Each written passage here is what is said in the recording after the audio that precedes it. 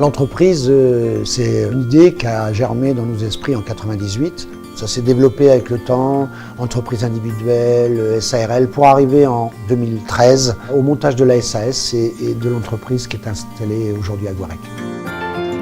C'était pas culturel de consommer du chanvre en Europe de l'Ouest, donc il a fallu tout redémarrer à zéro. L'idée, ça a été entre 2005 et 2013-2014 de mettre en place des méthodes, des techniques, des produits qui allaient donner envie à certains opérateurs et aux particuliers de consommer cette pelouse. La première étape, c'est de sécuriser auprès des ETA, entreprises agricoles, et des agriculteurs un savoir-faire.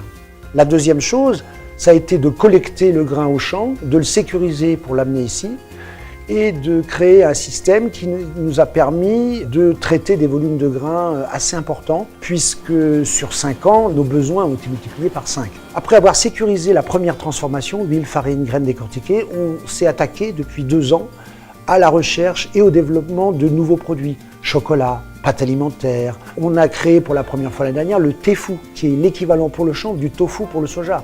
Aujourd'hui, le chanvre, c'est un super aliment qu'on mange pour le plaisir. C'est ça la grande particularité du chanvre. On développe en Bretagne, mais on développe aussi avec des partenaires un peu au loin. Touraine, Normandie, centre de la France, un peu le sud-ouest, un peu l'est. Aujourd'hui, tout le monde veut du chanvre biologique français et force est de constater que sur le marché européen, il n'y a pas grand-chose.